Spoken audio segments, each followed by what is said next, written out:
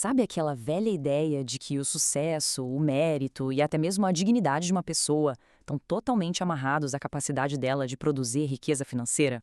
É um condicionamento forte, né? Mas nesta análise a gente vai desmistificar essa visão. Vamos mergulhar na mente do sociólogo Alberto Guerreiro Ramos e ver como a terminologia incrivelmente profunda dele não serve só para debates acadêmicos. Na verdade, esses conceitos mapeiam de um jeito muito prático e perfeito as experiências reais de mulheres que estão construindo a própria independência e o tão falado empoderamento. A provocação central para começar essa conversa é bem direta. Será mesmo que o mercado é a única régua válida para medir a nossa contribuição para o mundo? A gente vive numa sociedade que respira margens de lucro, produto interno bruto e índices de produtividade, mas que falha miseravelmente em calcular riquezas intangíveis. Imaginem o tempo dedicado a criar os filhos, o cuidado intenso com os idosos de uma comunidade, ou simplesmente o ato de manter uma pequena horta de subsistência. São ações absolutamente vitais para a humanidade, mas que, sob a ótica fria do extrato bancário, valem literalmente zero.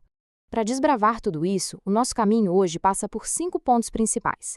Primeiro, a sociedade centrada no mercado. Depois, o paradigma paraeconômico. Em seguida, vamos entender a fenomenologia e a isonomia. Logo após, a aplicação na economia social e solidária e, fechando o raciocínio, a trajetória do empoderamento feminino.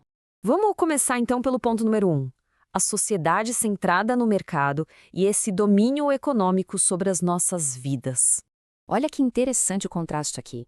Para entender a raiz do problema, precisamos olhar para duas formas de enxergar o mundo. De um lado, a gente tem a racionalidade instrumental. Ela é basicamente o coração do mundo corporativo tradicional, focada no lucro a qualquer custo, enxerga as pessoas como recursos calculistas e trata a eficiência como objetivo final de tudo. Do outro lado, resiste a racionalidade substantiva.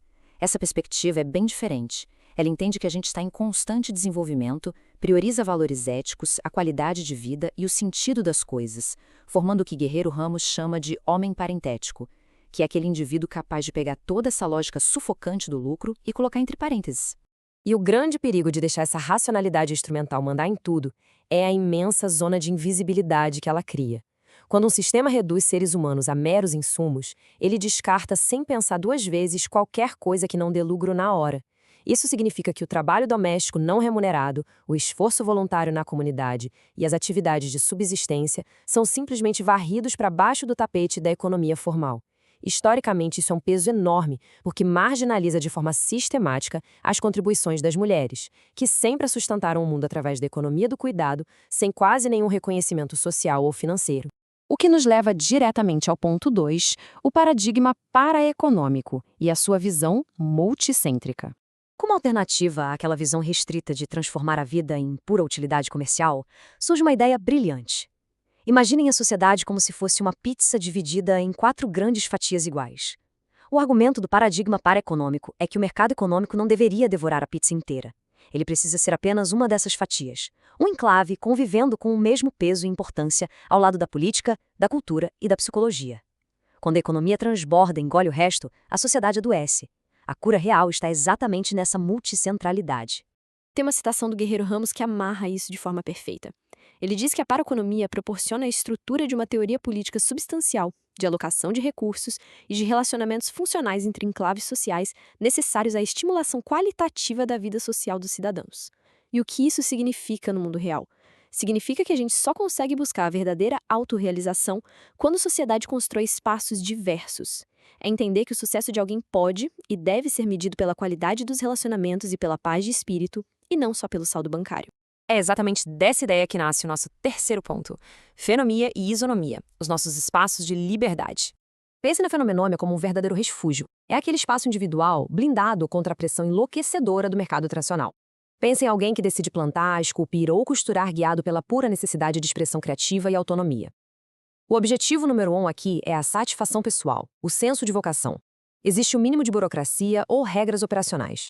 Se por acaso o fruto desse trabalho acabar sendo comercializado lá na frente, isso é só uma consequência natural e nunca a pressão inicial que forçou a criação. E de mãos dadas com a fenomenologia, a gente encontra a isonomia.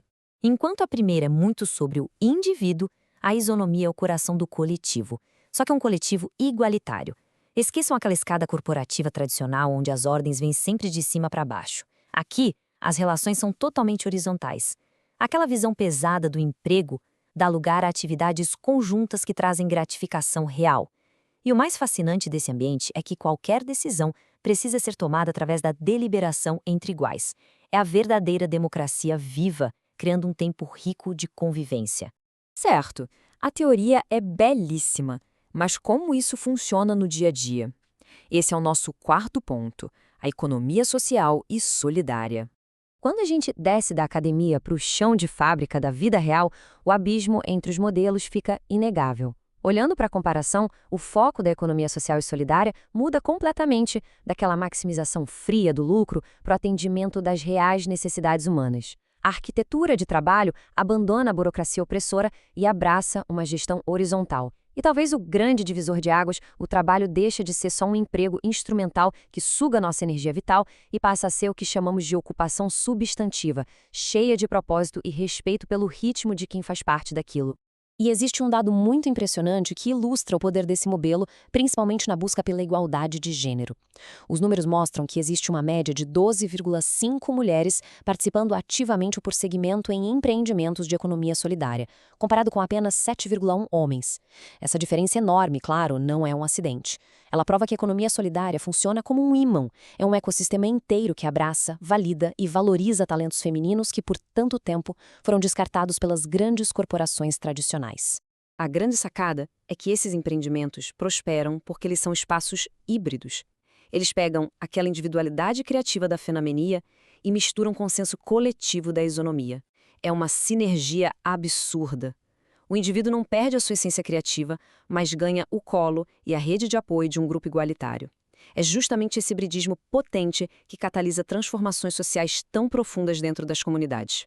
O que nos traz, finalmente, ao quinto ponto da nossa jornada: a trajetória do empoderamento feminino. Porque cá entre nós, o empoderamento real nunca é um botão que se aperta do dia para a noite. De acordo com o framework do sociólogo John Freeman, é uma construção em 3 camadas inseparáveis. Tudo começa pelo poder social, que é o acesso real à informação, habilidades e, sim, recursos financeiros. Isso gera um efeito cascata que constrói o poder político, dando voz ativa na hora de tomar as decisões coletivas.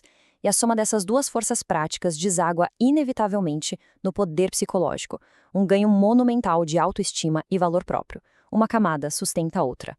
Se a gente colocar isso numa linha do tempo, fica parecendo a famosa jornada do herói. A primeira fase quase sempre é dura, marcada pela subordinação e internalização de um trabalho invisível no mercado tradicional. Mas aí vem a virada, a trajetória fenomênica. É a faísca do despertar individual, o grito de independência para ganhar autonomia sobre o próprio tempo. E a força máxima acontece na etapa 3, a consolidação isonômica. É o momento em que a jornada solitária se junta à força do grupo numa economia solidária, transformando resistência em mudança estrutural de verdade. Depois de entender essa teoria a fundo e começar a ver a sociedade através dessas várias fatias, a forma de enxergar o dia a dia muda completamente. Afinal, nomes bonitos só importam quando viram ferramentas reais de mudança. Por isso, a provocação mais urgente que fica flutuando no ar é a seguinte: onde e como o próximo espaço verdadeiramente isonômico será construído? Reconhecer tudo aquilo que o mercado finge não ver é o primeiríssimo passo para erguer ambientes de igualdade, devolvendo a voz e a dignidade a quem sempre sustentou as engrenagens desse mundo pelos bastidores.